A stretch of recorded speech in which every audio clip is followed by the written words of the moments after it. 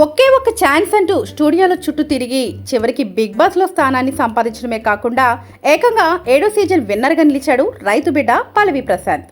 రైతు బిడ్డ అనుకుంటే సాధించలేనిది అంటూ ఏదీ లేదంటున్నాడు పల్లవి ప్రశాంత్. గత సీజన్లో పల్లవి ప్రశాంత్ విజేతగా నిలిచిన తర్వాత చేసిన హంగామా కారణంతో జైలుకు వెళ్లి వచ్చిన సంగతి మనకు తెలిసిందే.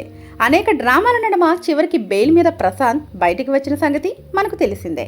తాజాగా పల్లవి ప్రశాంత్ బిగ్ బాస్లో కంటెస్టెంట్గా వచ్చిన ప్రిన్స్ యావర్ హీరోగా నటించిన సినిమా ఈవెంట్కు అతిథిగా హాజరయ్యాడు. ఈ సందర్భంగా పల్లవి ప్రశాంత్ మాట్లాడుతూ, మనల్ని మనం ముందు నమ్మాలి, ఆ తర్వాత దేవుని నమ్మిన వాళ్ళు ఎప్పుడూ చెడిపోరు అంటూనే ఆ భగవంతుడే మనల్ని కాపాడుతాడు అంటూ తెలిపారు.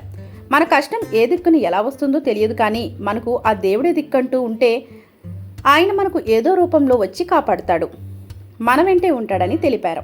మనిషి జీవితంలో ఎన్నో దెబ్బలు తగులుతూ ఉంటాయని, అలాగే నాకు కూడా జరిగిందని, వాటికి నేను గట్టిగా నిలబడ్డానని, అందుకే మీ ముందు ఇలా నిలబడ్డానంటూ చెప్పుకొచ్చాడు.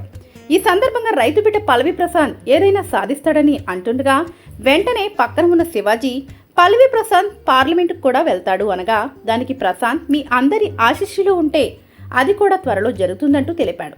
మరి ముఖ్యంగా ప్రస్తుత యువత మేలుకోవాలని, వారు ముందడుగు వేస్తే సమాజం బాగుపడుతుందని చెప్పుకొచ్చాడు. దీన్ని బట్టి చూస్తే రైతు బిడ్డ అతి త్వరలో రాజకీయాల్లోకి రంగప్రవేశం చేసేలా కనబడుతోంది. చూడాలి మరి మనోడిని రాజకీయ పెద్దలు ఎదగనిస్తారో లేదో.